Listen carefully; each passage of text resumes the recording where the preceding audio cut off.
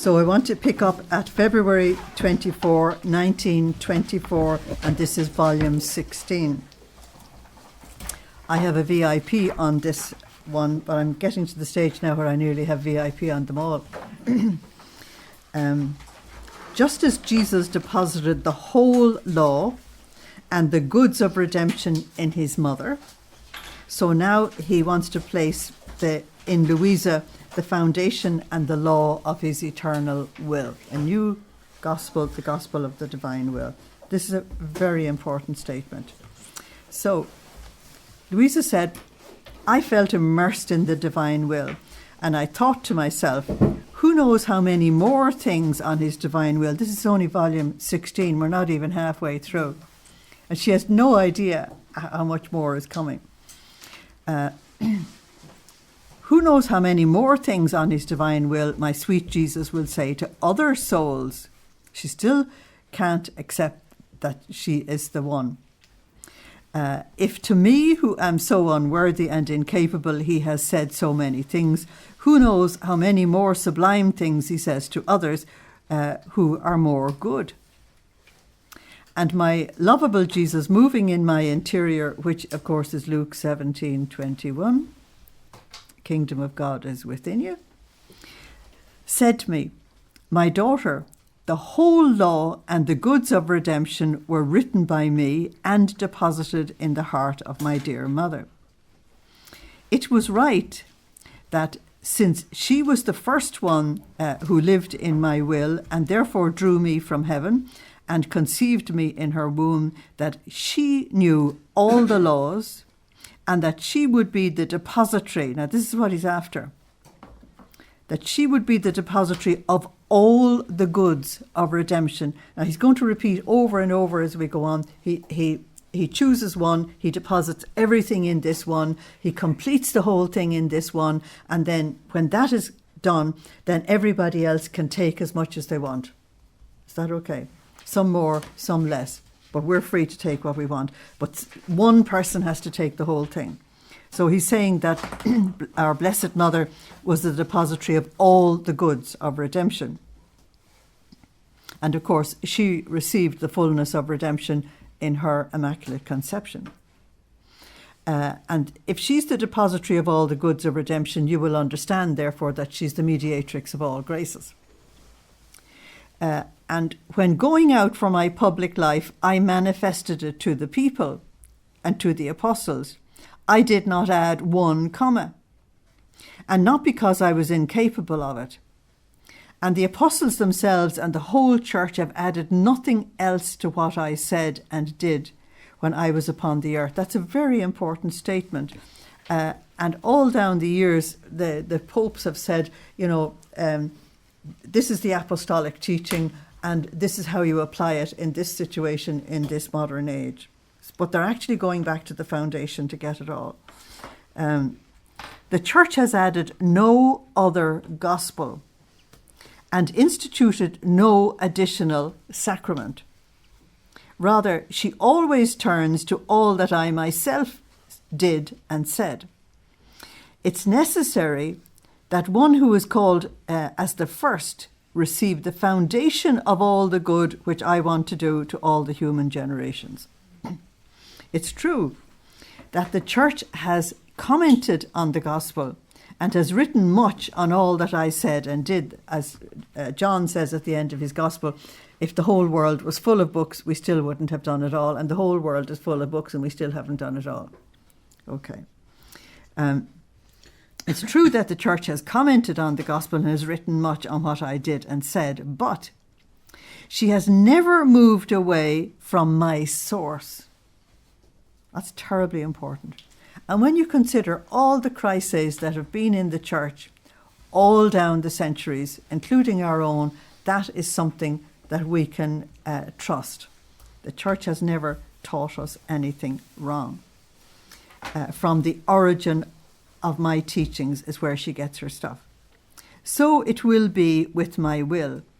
I will place in you the foundation of the eternal law of my will.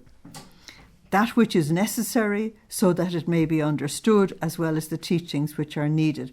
Now, beside that, I want to give you Jeremiah 31. Jeremiah 31, verses 31 to 34. This law will be written on your heart, and you will come to the point where neighbour won't need to teach neighbour. Be a wonderful day, wouldn't it? And if the church will expand in explanations and commentaries, I put an exclamation mark after that, even I've added a commentary, she will never depart from the origin, from the source constituted by me. In other words, the foundation teaching is what we're actually reading in Luisa herself. And if anybody wants to depart from it, he will remain without light and in obscure darkness. That's very interesting, because Jesus keeps telling us that the divine will is light. So if you depart from that into your own opinion or your own whatever, you've gone from the light into your own darkness. That's a rather interesting one. And an obscure darkness, which means you're not going to understand anything. And if he wants light, he will be forced to go back to the source, that is, to my teachings. On hearing this, Luisa said, my sweet love, when kings constitute laws, they call ministers as witnesses of the laws in which they establish, in order to place them in their hands, that they may publish them and have the peoples observe them. I'm not a minister. I love that. Because I am so little and incapable and not good at anything. And Jesus said, but I'm not like the kings of the earth who deal with the great. Oh, isn't that interesting? He doesn't deal with the great. You know, St. Paul says in 1 Corinthians chapter 1 that it's the weak things of this world he chooses to confound the strong. Okay. So Jesus said, I'm not like the kings of the earth who deal with the great. I love dealing with the little ones. Now, there's your Matthew 18, verses 1 to 3. Because the little ones are more docile and they attribute nothing to themselves, whereas the great, ring bells and celebrate their achievements. But because of the little ones, everything is my goodness, he said. But in spite of this, I too have chosen a minister of mine to assist you. Watch this now. She has resisted the priest for years, and she has wanted the priest to be removed. And now he's going to explain to her, now you know why he couldn't be removed. I too have chosen a minister of mine to assist you in this state of yours. And as much as you prayed me to free you from this his daily coming, I did not listen to you. And even if you were no longer subject to falling back into that state, I will not permit you to lack his assistance. Now, the most famous of these priest ministers is, of course, Hannibal de Francia. This was the reason for you to have one of my ministers. Notice the my. It's Jesus' law, it's Jesus' revelation, it's Jesus' church, and it's his ministers as well. So I would put a ring around the my there. That he might be aware of the law of my will, and knowing my teachings, that he would be the witness and depository of a law so holy. Now, the interesting thing is that I think that position was St. Joseph in the redemption, that he was the witness to what God was doing in this incredible thing on the earth. And as my faithful minister, he would publish in my church the great good that I want to do to her by making my will known. Now, I don't like the her with a capital H, do you? And the great good he wants to do in her is the church. I don't think you should put a capital H there. And of course, you know that Hannibal de Francia was the one who published the first 10 volumes and gave his imprimatur to the first 10 volumes. So he did, in fact, publish. Then Luisa said, I remained so immersed in the divine will that I felt as if I were swimming inside of an immense sea. My poor mind wandered about, and I would take one drop of the divine will at some place, another drop somewhere else, and the knowledge about it would pour so much into me that my capacity was unable to receive it all. And I said to myself, how great, profound, high, immense, and holy is your will, O my Jesus. I think that's the most wonderful statement, isn't it? How great, profound, high, immense, and holy is your will, O my Jesus. You want to place that which regards your will altogether, and I, being little, drown in it. Therefore, if you want me to understand that which you want to make me understand, infuse it into me little by little. Now, I've given you the answer to all your problems. Okay? In other words, you come up against something in these writings you don't really understand. You say, Lord, infuse that knowledge into me. But I would add, and bring me to the point of actually living it. Not only infuse the knowledge into me, but also bring me to the point of actually living it. And that means you take a mighty step forward in this journey. In this way, I will be able to manifest it to the one who wants me to do it. So she'll be able to manifest it to the priest. And Jesus said, my daughter, indeed my will is immense. Of course, it's infinite. Or as Tony says, infinite, perfect, and eternal. My will contains the whole of eternity. If you knew the good which even one single word on my will and one single act done in it by the creature contained, you would be stunned.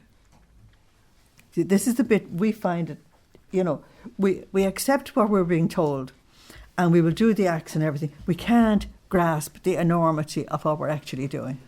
And the Lord tries to say it to us from this angle and that angle and the other angle as we go on in the writings.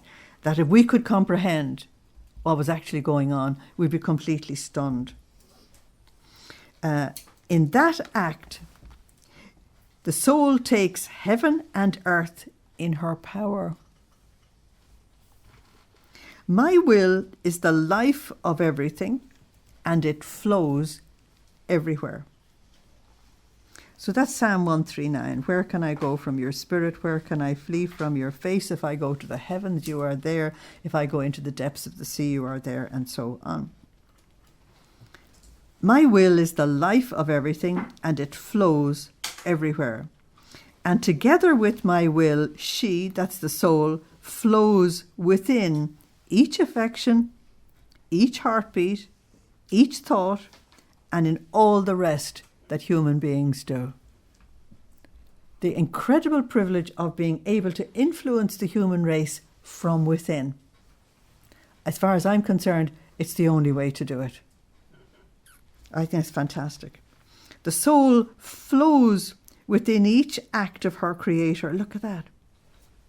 In every good that I do, in the light that I send to the intelligence, in the forgiveness that I grant, in the love that I send, in the souls that I ignite with fervour, and in the blessed that I beatify. In everything. There is no good that I do, nor any point of eternity, in which she does not hold her little spot. I think that's fantastic. There's a little place for you. Now, the reason why I said your spot, it's John 14, verses 1 to 2. There's a place for you as well. I think that's fantastic. Oh, how dear she is to me, and how I feel her inseparable from me.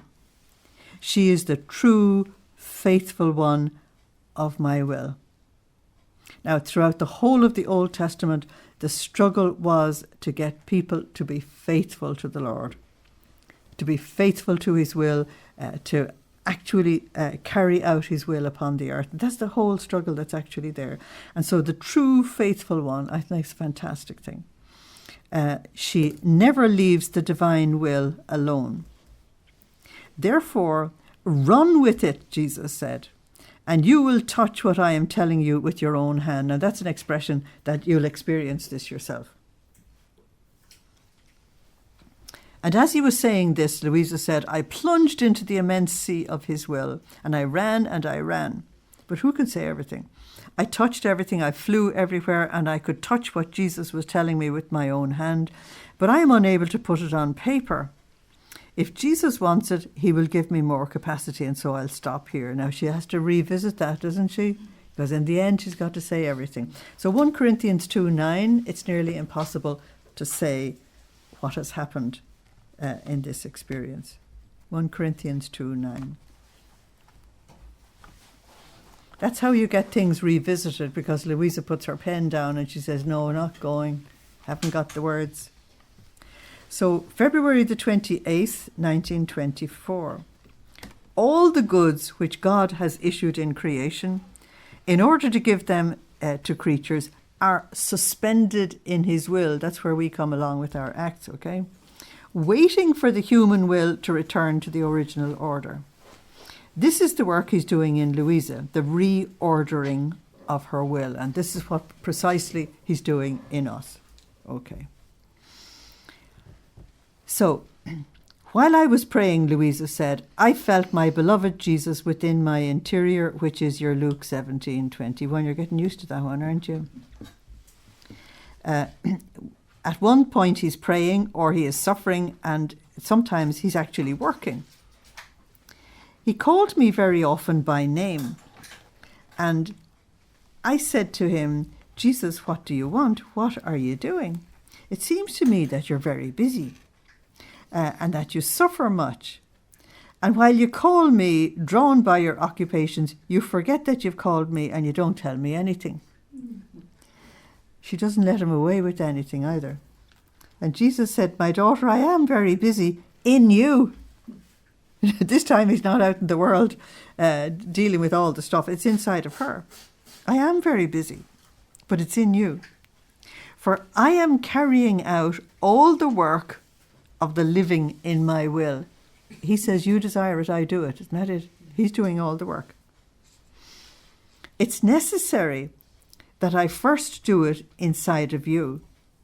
And while I'm doing it, I bind all of your interior to the unending light of my will. Now, there's a very important thing there, because there are people doing a novena of surrender.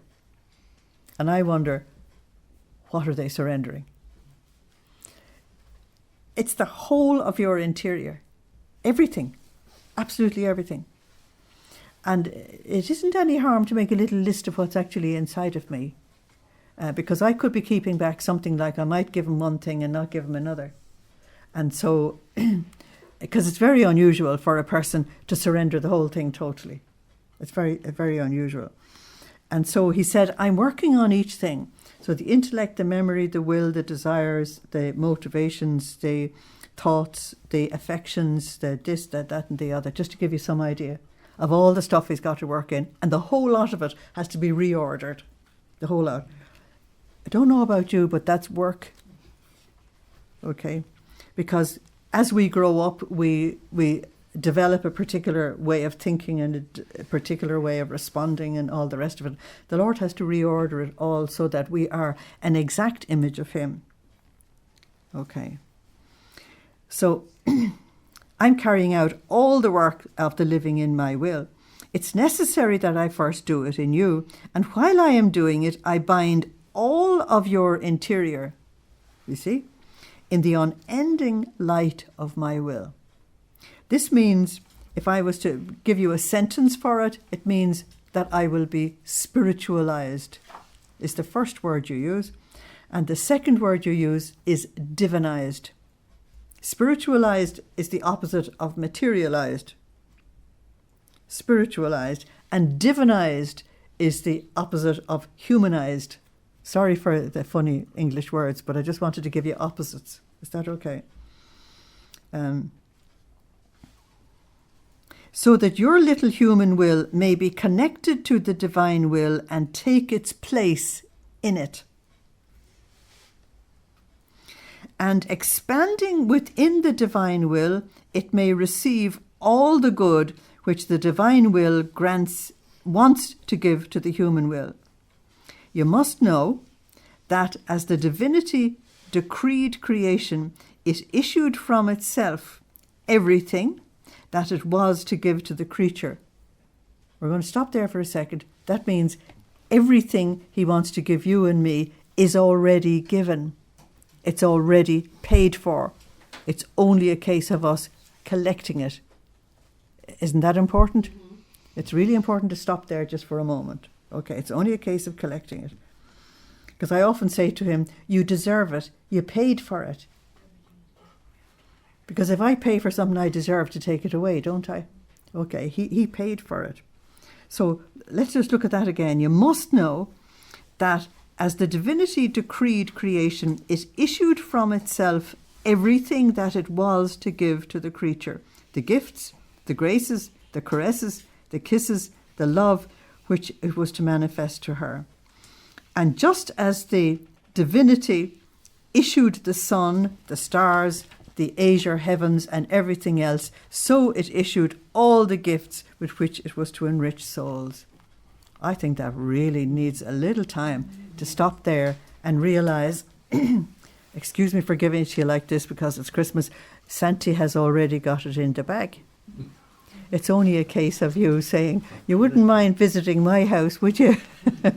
I want what's in your bag. Now, to put it on a better level, you have the story of Maximilian Kolbe at the age of 6, and his mother had given him a spanking for which he'd get a jail sentence now, and told him he was incorrigible at the age of 6. And he walked all the way down to the church, walked straight up to a statue of Our Lady and said, my mother has given me up. Our Lady showed herself to him, you know the story, don't you? Offered him 2 crowns. The guy is only 6, he's just been written off. And he discovered he had a mother in heaven, which is rather useful. And she offered him 2 crowns. One was the white crown of purity and holiness in the priesthood, and the other one was the red crown of martyrdom. So this little fellow who had been written off said, I'll have the 2 of them. In other words, if these are the gifts God has given to me, I'll have them all. Now, another person who said, I'll have everything that you offer to me is Saint Therese. And there are others I just can't name at this particular moment. But we just need to realise that when you hear something like this, you have to say, Lord, me too, I want the whole package deal. I don't care what's in it. Even if it's martyrdom as well, that's okay. I'm saying yes to the whole package deal. And when you say yes to the whole thing, you're opening a portal inside of yourself for all of this to be actually poured into you. And the Lord is saying, well, I'm having a good day because somebody's receiving what I'm giving. You see, we've got to take it out of just knowledge and into a possession. It's terribly important. So, Luisa continues. Jesus continues. Now, as man withdrew from the supreme will, he rejected all of these gifts. Now, there's the tragedy of actually going back to the human will, and why you're told in other messages that the human will is the prison of the soul and it's pure misery and everything else. Okay. So notice that if the divine will leaves, he takes all his gifts. I don't like that bit, do you?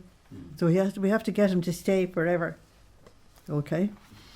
But the divinity did not withdraw from them, did not withdraw them into itself. It left them suspended in its will, waiting for the human will to bind itself to the divine will and to enter into the original order created. So there's the divine will waiting for the true sons of God. That's Romans 8:19. Because the true sons of God would be the ones that would re-enter into the divine will and make reparation and substitute for the rest of humanity. And therefore the human will humanity begins to let its human will go and let the divine will take over. So the divinity left all of these gifts suspended in its will, waiting for the human will to bind itself to the divine will. and to enter into the original order created by it. That's the human will governed by the divine will. So as to place all the gifts established by the Lord in current with human nature. In current is like that you have opened a postal service and the gifts can come through and be delivered.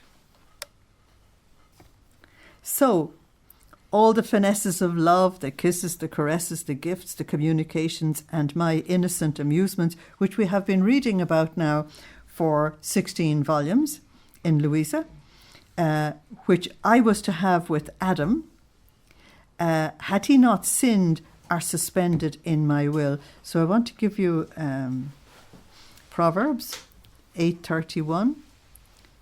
God delights to be with the children of men. Okay. And of course, the enjoyments that the Lord had with Adam is Genesis 3:8. He walked with Adam in the cool of the day. And if you've ever been in Africa, everybody goes walking in the cool of the day. You couldn't walk any other time. So, my will wants to unload from itself these piles of goods. That's why I'm thinking of Santa Claus. These piles of goods, which it had established to give to creatures. And this is why I want to establish the law of living in my will. All the time, he wants to give, give, give, give. He keeps saying that, doesn't he? Because love lives by giving. And when we stop giving, love begins to die. This is why I want to establish the law of living in my will, to place all of these suspended goods in force between the Creator and the creature. So he's asking us to open a portal for all of these gifts to come back to humanity. He's always thinking of the whole man, the whole of humanity, not just us as individuals. And this is why, excuse me, and this is why I'm working in you to reorder your will with the divine. Now, the thing that fascinates me about this is that this is volume 16. And he's working this hard in Luisa. I don't know what he'll have to do in me. Considering the level of relationship that she has with the Lord and the torrent of grace and gift he's already given to her, that he's doing this level of work. It means that there's an enormous amount he has to do in us, beyond anything we could imagine. And we have to just sort of give him permission. Yeah. So it's to reorder your will with the divine. In this way, I will be able to give the start and to place in current the many goods which until now have been suspended between creator and creature. Okay. A thought has just come into my head and it's not from me. Is that okay? Mm-hmm. So I'll give it to you. He says it's a resurrection. That's why he's got to recreate us. It's like molecule by molecule.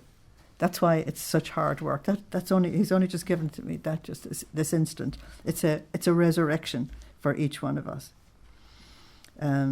which is a wonderful thing.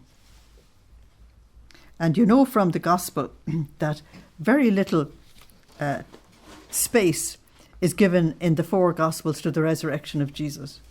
All the space is given to the resurrection of the church.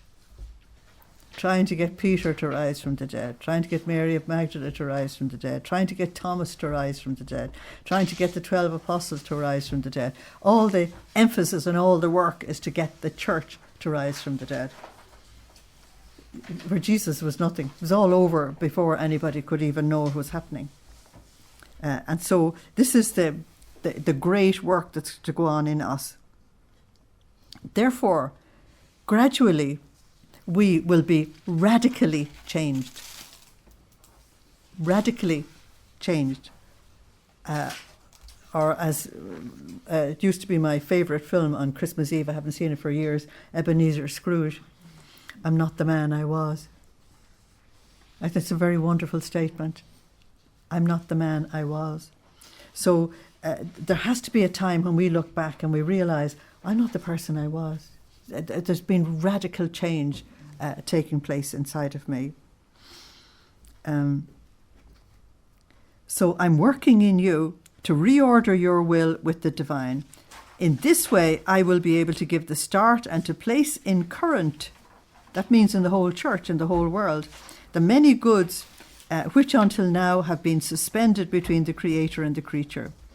I so much care about this reordering of the human will with the divine, and that the human will live completely in the divine will. Notice the completely. That's your Deuteronomy 6, 4-10. You love the Lord with all your heart, all your soul, all your mind, and all your being, not with bits of it. To live completely in the divine will. That until I obtain this, I feel as if creation has not had my primary purpose. Besides, I created the creation not because I needed it. This is terribly important. God doesn't need anything. I was more than sufficiently happy in myself. If I created it, it was because with all the goods we contained within ourselves, we wanted an amusement outside of ourselves. If I can use theology, you might think is funny. He wanted to make little gods outside. Okay, that's Psalm 8, in case you think I'm really off. Lord, what is man that you would even consider him?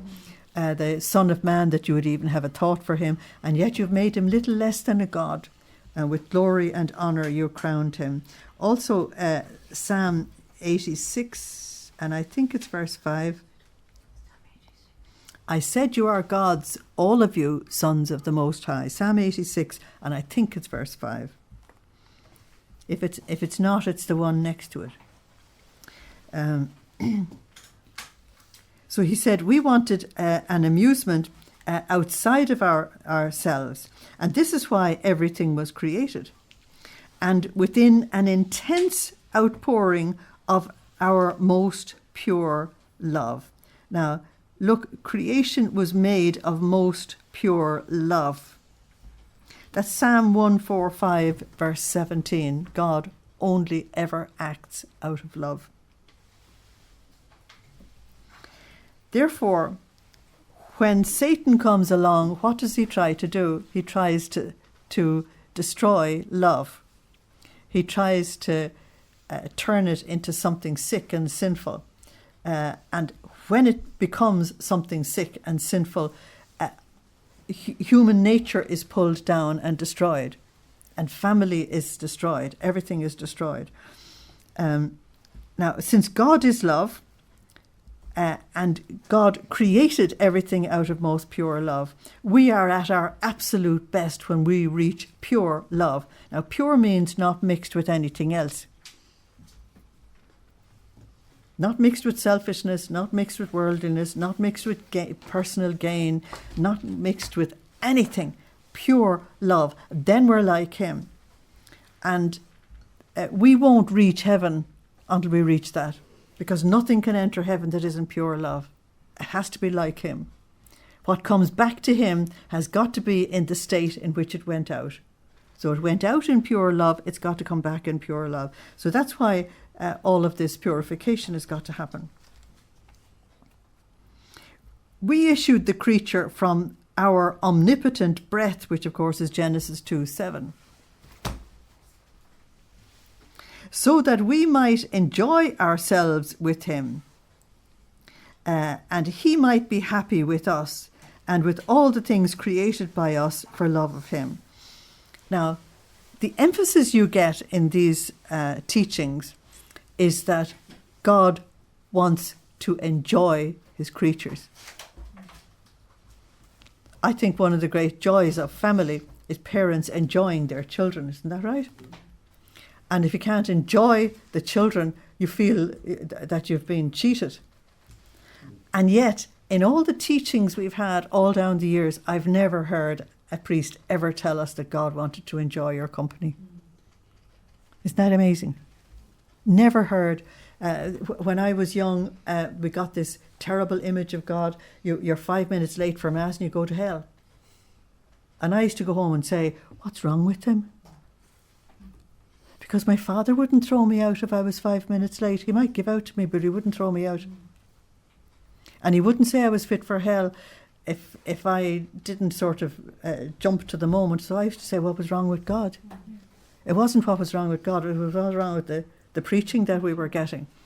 And they never put across that God is joy and that God is happiness and God is peace. And he wants to enjoy us, and he wants us happy and peaceful. And the first time I came across this kind of teaching, long before I met Luisa, I said, Lord, I got the impression this was only after the grave. In other words, cold comfort. He said, no, they haven't told you the right thing. It's for now. You're supposed to have heaven on earth and then heaven afterwards as well. Which is really amazing. That's why I want to just emphasize it here, because he keeps on telling us that divine will is pure joy. He keeps on telling us that all happiness and all beatitude, both in heaven and on earth, comes through the divine will. And therefore, at some point, we've got to take it on board, you know. So when you're having your celebrations for Christmas, don't forget to invite him. He likes to, Proverbs 8:31, he enjoys being with the children of men, just as we all enjoy being with family at Christmas. Okay. So let's continue. Now Jesus said, as the one who was to serve only to make us rejoice and amuse ourselves together. Do you see the partying is another word you could say? And he very often tells Luisa that when she manages to do something in his will that he really wants, he said everybody's feasting in heaven. So, as the one who was to serve only to make us rejoice and be happy together, by withdrawing from our will, served us as bitterness. And by moving away from us, instead of amusing himself with us, he amused himself with the things created by us. Now there's the origin of idolatry. That you turn away from God as the author of all things to the things he actually made. That's like saying, again keeping up the Christmas theme, that you give a beautiful doll to a little girl, okay, and instead of giving you the hug, she adores the doll. The attention is on the wrong thing. Instead of immediately saying, oh, Mum, or oh, Dad, thank you so much, you know, you were wonderful. Instead of turning back to the origin, they put their attention on the wrong thing. And of course, when the demon sees us putting our attention on the wrong thing, he sits on your shoulders and says, keep going, this is the right direction. And you end up in terrible idolatry. So he amused himself with the things created by us, so the object of our love and attention is wrong. So love begins to be diverted from its purity.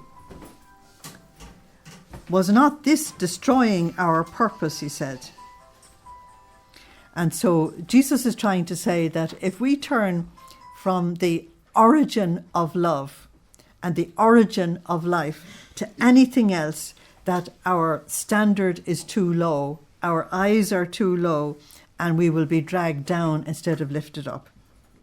Okay, so one of the major problems with attachments, which you know Jesus spoke about so much in volumes 1 to 4, and with idolatry, is that we turn away from our true source. Now, if you're driving on a motorway and you turn away while you're driving, you won't reach your destiny, will you? You might die, but you won't reach your destiny. Neither here nor there. Why? Because you've taken your eyes off what it should have been. And so another way that we would say this, and we've said it in the past, is all eyes on Jesus. Keep your eyes on the source. That means you keep focused, your life is focused. Or your compass is set, as the pilots will tell you. Okay. So he said, was this not turning the whole purpose of creation upside down? That's what idolatry is. You turn God's entire plan upside down.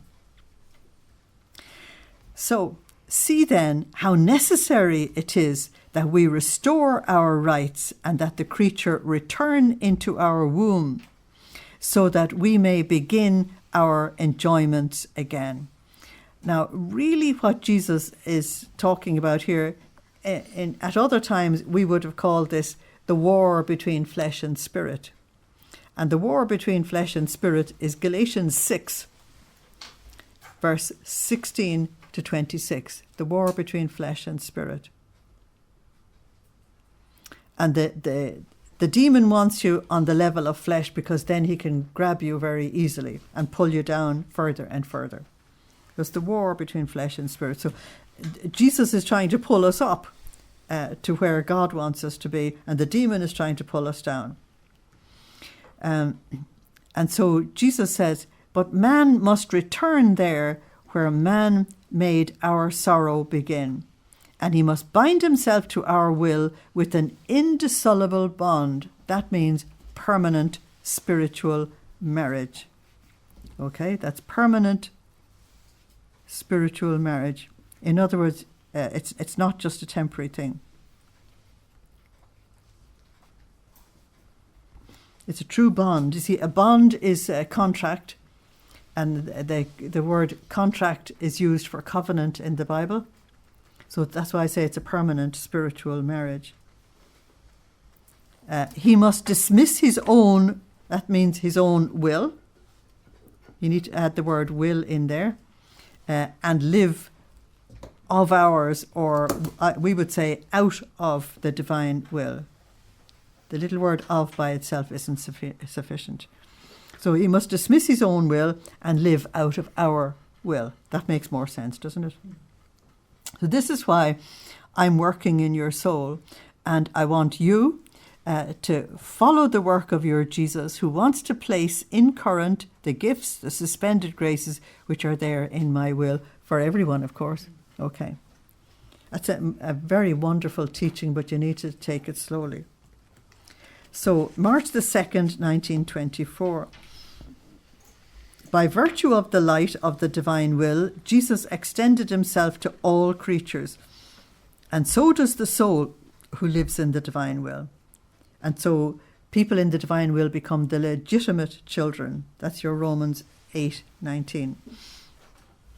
So Luisa said, I was thinking of how it could be that as my sweet Jesus would think, speak, operate, etc., he would extend his thoughts into each thought of the creature. Now, what Luisa is doing here is following up on the last message.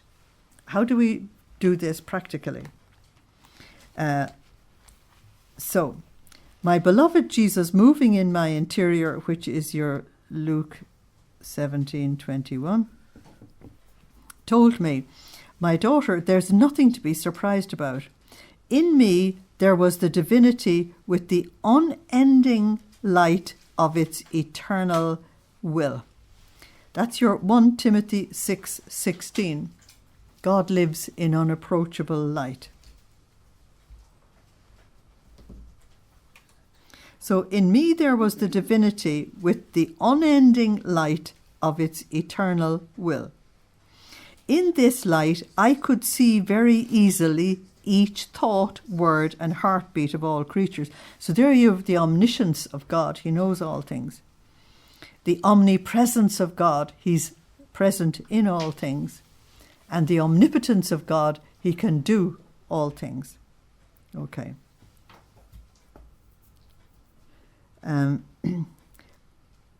So I could see very easily each thought, word and heartbeat of creatures. Now, do you remember in the Gospel, you're told very clearly in several places, and I want to give you Mark 2:8. And the healing of the paralytic is the example, but there are lots of other examples as well, that Jesus could read the thoughts of the men sitting in front of him. And the Gospel just says very clearly, reading their thoughts, he said, what's going on in your minds? And he answers what's going on in their heads, and they hadn't said a word. And this is what he's telling us, that of course with his divinity he could see and he could read all thoughts. So I could see very clearly each thought, word and heartbeat and active creatures. I think that must have made life extremely painful for Jesus during his lifetime. I wouldn't like to know what was going on in everybody's heads, would you? And I wouldn't like to know what they were thinking of me while I was talking either. And she said, and as I would think, the light which I contained brought my thought to each thought of the creature. Now he's explaining this because he's going to say in our acts, this is what he's enabling us to do. Okay. So, as I would think, the light of the divine will which I contained brought my thought to each thought of the creatures. And so with my word, and with all the rest that I did and suffered.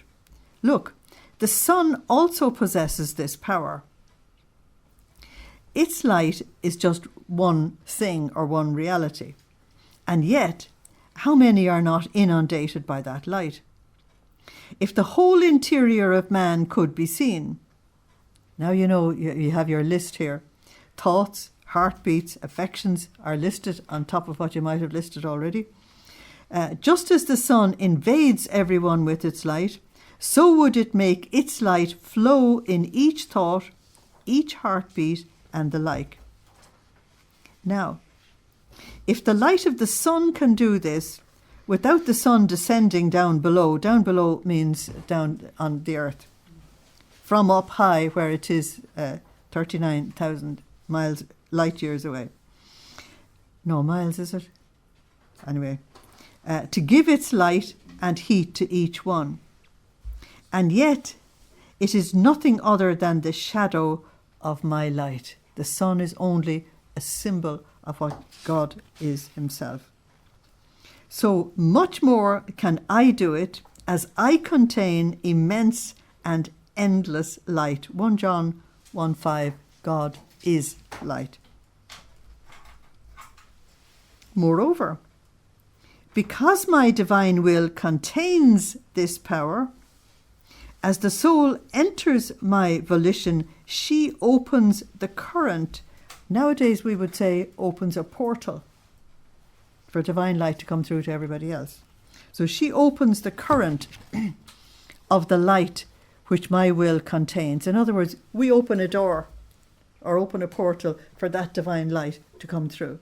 And how important it is for every single one of us to be continuously fusing in the divine will, so that we are continuously keeping that door open, so that life and grace and mercy and everything will come to the human race. And the more of us that do it, the more powerful it is. The door gets wider. So the more she opens the current of the light which my will contains, and my light invading everyone. See, that's why I say it's a portal to you. You open it up for everybody. Brings to each one. Now notice God is interested in every single soul. Doesn't matter whether I like them or not, or I agree with them or not. Doesn't matter whether they're good religions or bad religions. It doesn't matter what the condition is. He wants the whole of humanity. So when this light when the soul opens the portal for this light, which my will contains, and my light invading everyone, that's the universality of everything, brings to each one the thought, the word, the act, which have entered into this current of light. Therefore, there's nothing more sublime, more extensive, more divine, or more holy than living in my will. That's one of the very wonderful statements of this whole work. Therefore, there's nothing more sublime, there's nothing more extensive, there's nothing more divine, there's nothing more holy than living in my will. The generations of the divine will acts are incalculable. Now, you know, generations are generations upon generations upon generations. So, when the soul is not united with my will, nor enters into it, she neither does her little round, nor opens the current of its unending light. Therefore, Everything she does remains personal and individual. Her good, her prayer, are like the little light that's used inside of rooms, in other words, candles, which have no power to give light to all the storage places in the house. And even less can it give light outside. And if oil is lacking, because they use tiny little oil lamps, you know what I mean? That is the continuation of her acts. The little light is extinguished and remains in the dark. Now notice the oil for the lamp are the continuous acts. Okay? Jesus continues. Then Luisa says, then I was fusing myself into the eternal divine volition, placing myself ahead of everybody. Why is she ahead of everybody? Because she's the first to do this. In order to bring to the divine majesty as first among all the acts of creatures, the return of everything, and the love of all creatures. But while I was doing this, I thought to myself, how can it be that I go ahead of everyone when I was born after so many generations? I love that she's in the middle of an act and then she gets a thought that it needs to be fixed. I just love it. It sounds awfully like me. At the most, I should place myself in the middle between the past and the future generations which will come. Or rather, because of my unworthiness, I should place myself last and behind everybody. My beloved Jesus, moving in my interior, there's your Luke 17:21,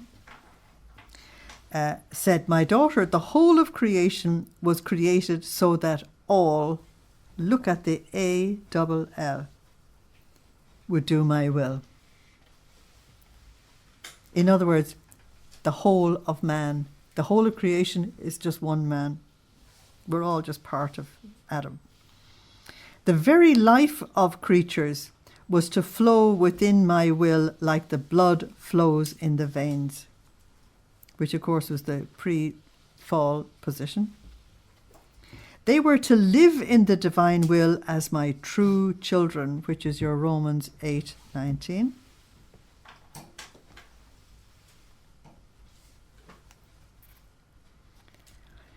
Nothing was to be foreign to them of all that belonged to me.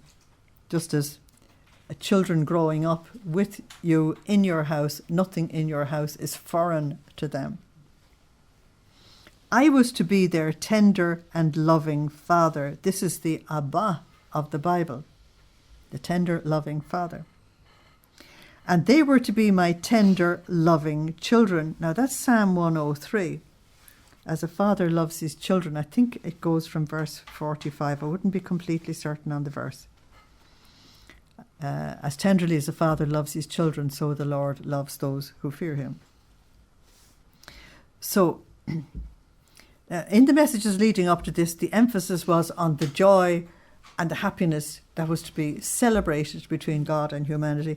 Now you have this loving relationship being emphasized here. And notice it's tender and loving. So you can see the disaster of the Lord having to send chastisement when he wants to be a tender and loving father. Now, since this was the purpose of creation, even though there have been other generations before, this doesn't say anything, they will be placed behind, and my will place as first the ones who will be and who have been faithful in maintaining intact the purpose for which they were created. In other words, the ones who actually live in the divine will. These, whether they have come before or later, will occupy the first order before the divinity. By having maintained the purpose of creation, they will be distinguished among all and marked with the halo of our will. Isn't that interesting? And this halo will be like a refulgent gem, and everyone will let them pass freely so that they may occupy the first place of honour. So I want to give you a first place of honour text. Luke 9, 46 to 48. Mark 9:35 and Isaiah 55 verses 8 to 9.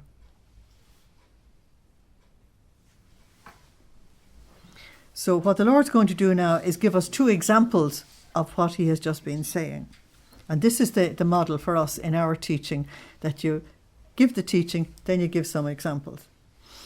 So there's nothing to be surprised about, Jesus said. The same thing happens in this low world. I love the expression. This is earth. Imagine a king in the midst of his court with ministers and deputies and armies around him. Then his little prince son comes in. And even though all these others are great, who does not give free access to the little prince, who may take his place of honour beside the king, his father? Who interacts with the king with that familiarity which is worthy of a son? Who would blame this king and this son, because even though the son is the littlest of all, he rises above all of them and takes his primary and legitimate place close to the king, his father? Certainly no one. On the contrary, all would respect the right of the little prince. Okay. Now, before we leave that, another example, Saint Therese of Lisieux, who was the little child of the Lord, was asked would she be afraid of God's judgment on the day of judgment. She said, no, I'll be sitting on his knee. She said, I'll be sitting on his knee while he's judging the world. That's your little prince or princess. So the second example he gives is a family. Descend even lower, he said. Imagine a family. A son is born first, but he didn't want to occupy himself with doing the will of his father, nor did he want to study or work. He remained almost moronic in his sloth, forming the sorrow of his father. Then another son comes to the light, and this one, though more little, does the will of the father, studies and arrives at becoming a professor worthy of occupying the highest positions. Now, who is first in the family? Who receives the place of honour close to the father? Is it perhaps not the one who came last? Now, the Bible loves giving examples of the fact that the last is first and the first are last. And rarely do you see, if I can put it this way, the right one inheriting the throne. It's always the one you're not expecting. So my daughter, not only those who will have preserved intact within themselves the purpose of creation will be my true legitimate children. Now notice who the true legitimate children are. The ones who preserve intact the purpose of creation. Okay? So I want to give you Matthew 19:30 for that example for the family.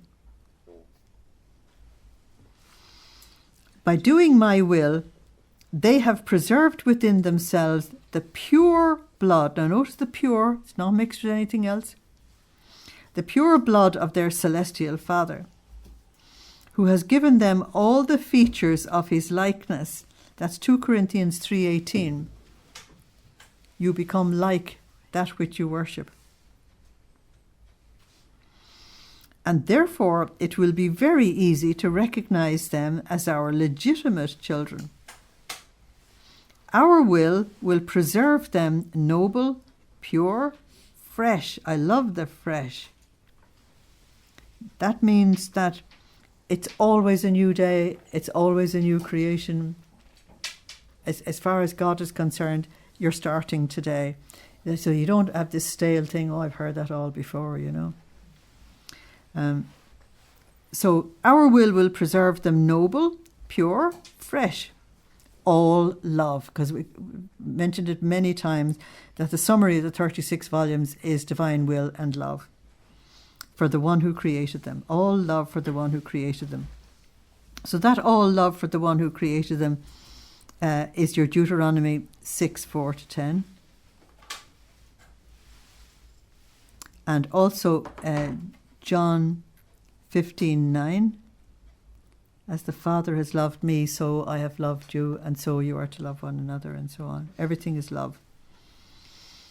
As our children, who have always been in our will, and who have never given life to their own will, they will be as though the first to be created by us, giving us the glory and the honour of the purpose for which all things were created.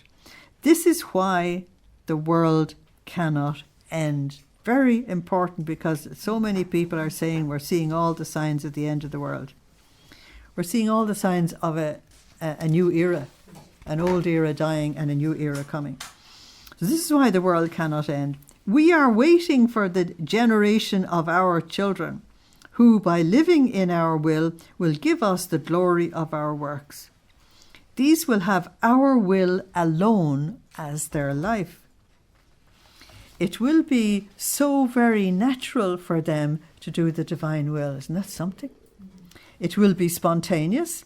It will be effortless, just as natural as the heartbeat, the breathing, and the blood circulation.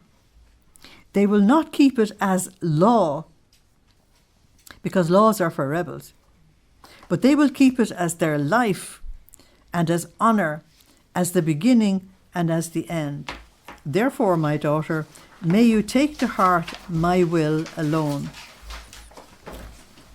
and be concerned for nothing else.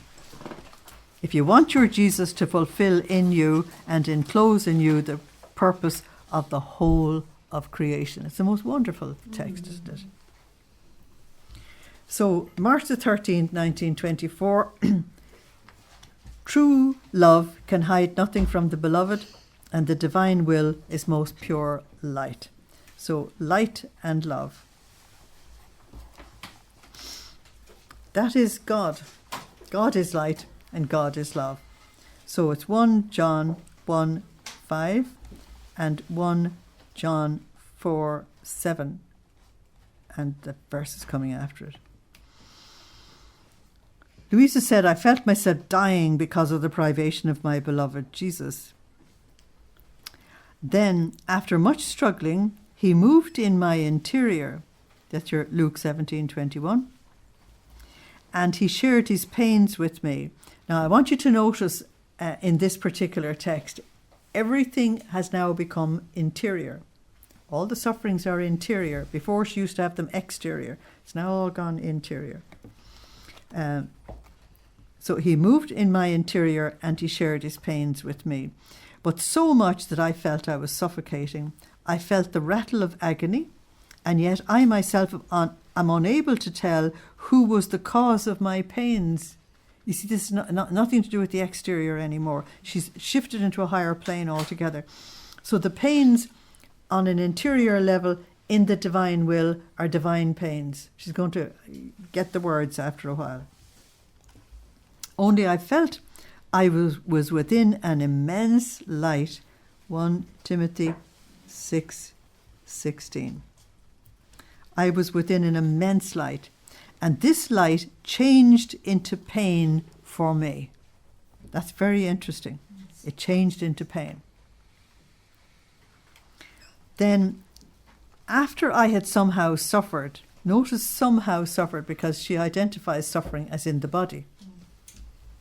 My beloved Jesus told me, my daughter, this is why I did not want to come, because the pains I was suffering were so many, and in coming to you, my faithful one, who is inseparable from me, like the Blessed Mother now, okay? My love would have led me to share them with you, and I, seeing you suffer, would have suffered in seeing you suffer because of me. And Luisa said, my Jesus, how you've changed. It shows that you no longer want to suffer together with me. Now, she's missed the point altogether. You want to do it on your own. After all, if I am no longer worthy to suffer together with you, do not hide yourself, but come without making me suffer. So you must come anyway. It's true that not sharing in your pains will be a nail too piercing for me. She's beginning to somehow intuit it's all going to be interior pain from here on in. Now, he's been gradually leading her in that direction with all the privations. But it will still be less painful than your privation, she said. And Jesus said, my daughter, you do not know the nature of true love. And this is why you speak like this. True love can hide nothing from the beloved, neither joys nor pains. Even for one sorrowful thought, for one fibre of the heart, which it hides and does not pour into the beloved, it feels as though separated from her. It feels discontent and restless. And until it pours its whole heart into the beloved one, it can't find rest.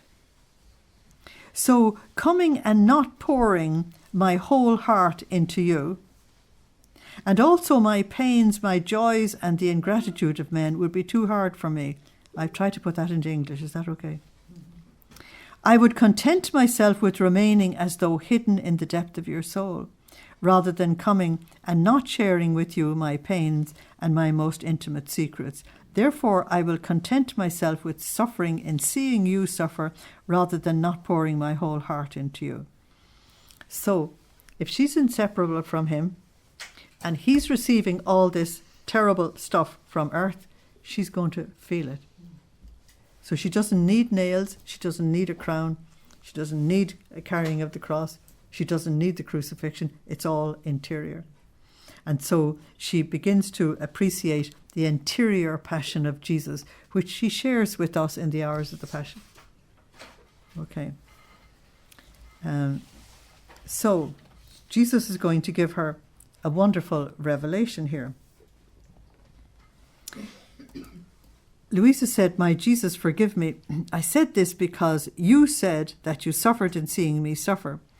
But may it never be that there be anything which may separate us in love. Rather, any pain, but separated never."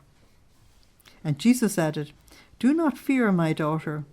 Wherever my will is, there cannot be separation in love." Now I want to connect that with 1, 2, 3, 4, 5, the fifth and sixth line at the beginning of this message. I felt I was within an immense light, and this light changed into pain for me. Now Jesus is trying to explain that to her. Do you see that statement? Yeah. So what I do is I try to connect them with an arrow so that I don't miss it. Is that okay? So he's trying to explain to her that now that she's in this inseparable position with him, naturally, if he has something, she's going to have it as well. So Jesus said, "Do not fear, my daughter. Wherever my will is, there cannot be separation in love. In fact, I did not do anything to you. It was the light of my will that made you suffer." Now do you see it? I was within an immense light, and it changed into pain for me. So he's trying to explain to her what she's actually experiencing. "Penetrating into you like most pure light, my will brought my pains deep into the most inmost fibres of your heart. My will is more piercing than any iron." Why does he say any iron? Because in the ancient world, iron was one of the things that people used for weaponry and for swords and all that kind of stuff. So my will is more piercing than any iron, more than nails, thorns, and lashes. In other words, you will suffer more, not less. Being most pure light, in its immensity it sees and it encloses everything. Therefore, it contains the power of all pains. And as it makes its light penetrate into the soul, it brings the pains that the divine will wants. So, since your will and mine are one, the current of the divine light brought you my pains. This is how my divine will operated in my humanity.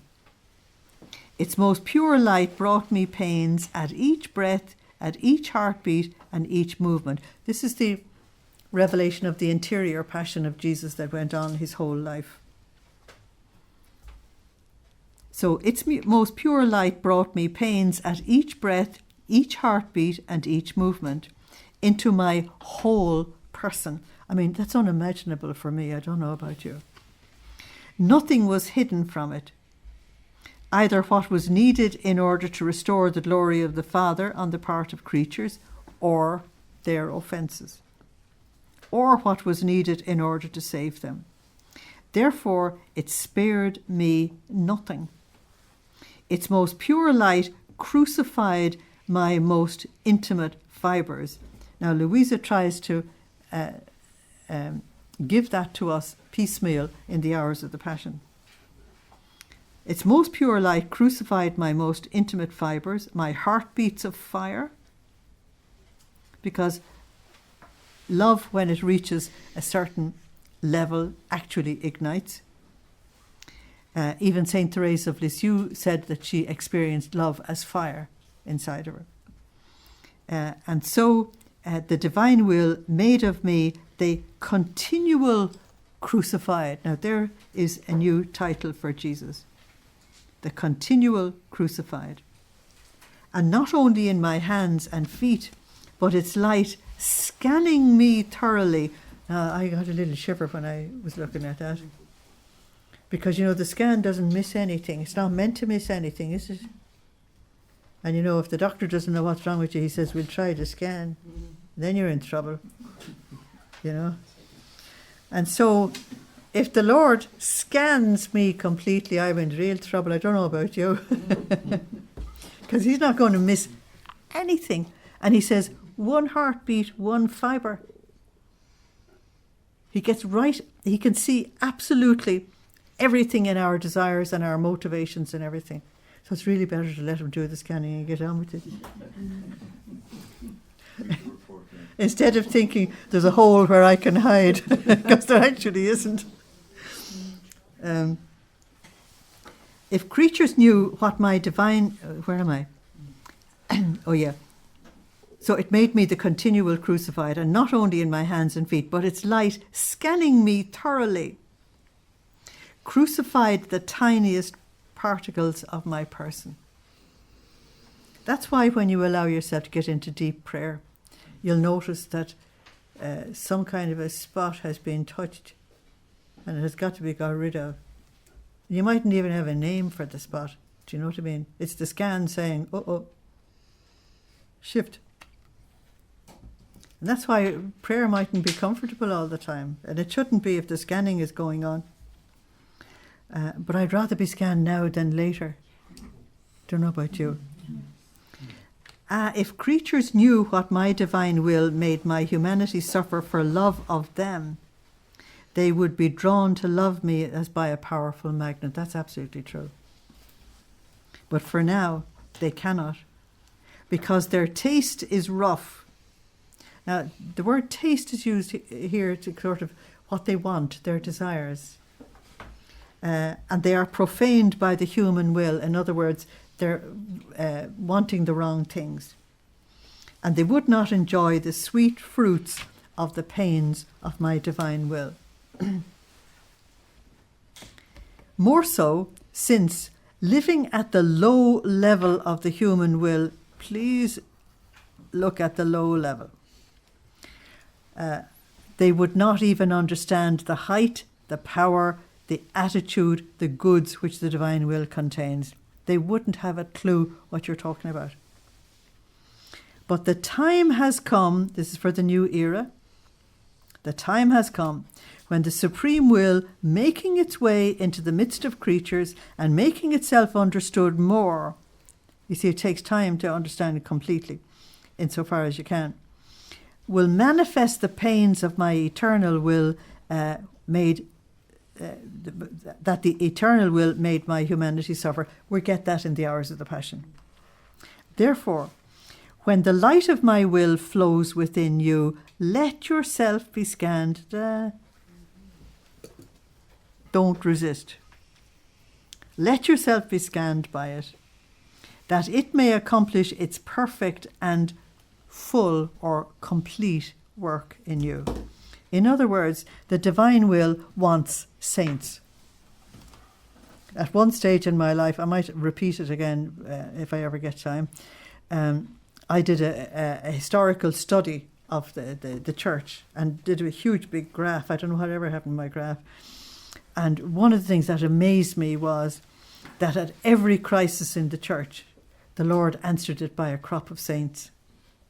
Every single one of them. So today, it's the divine will, saints, he's after. Okay. And so the Lord doesn't want anything less. So you may as well let him do the scanning. And if you do not see me often, Jesus said, do not afflict yourself. These are the new events which we, the divine persons, are preparing, and unexpected things for the poor world. But the light of my will never be lacking to you.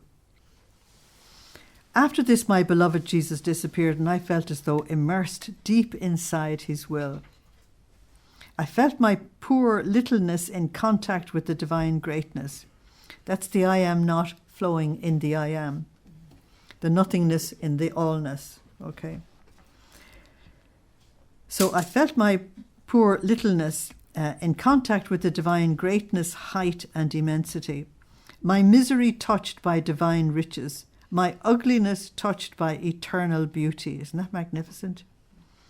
In his will, I lived out of the reflections of God. That's your 2 Corinthians 3:18. And while receiving everything from him, I found everything, and I carried the whole of creation as though on my lap to the feet of the eternal majesty. Now, in that position, you are receiving everything, not just for yourself, but for everybody else.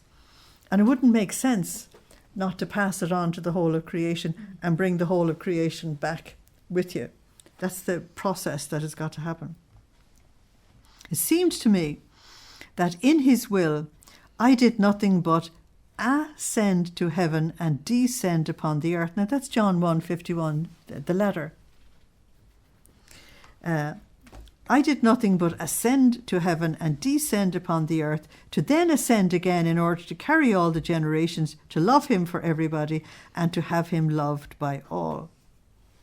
Then, while I was doing this, my Jesus made himself seen again and told me, my daughter, how beautiful and delightful it is to see the creature live in our will.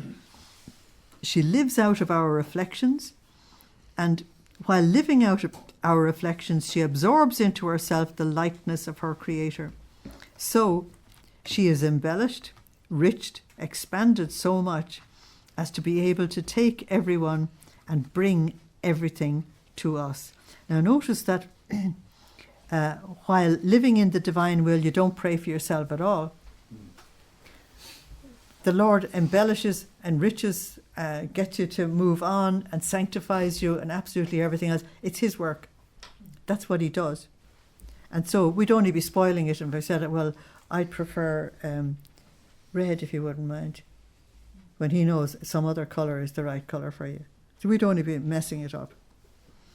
You see, Ephesians 2:10, we are God's work of art.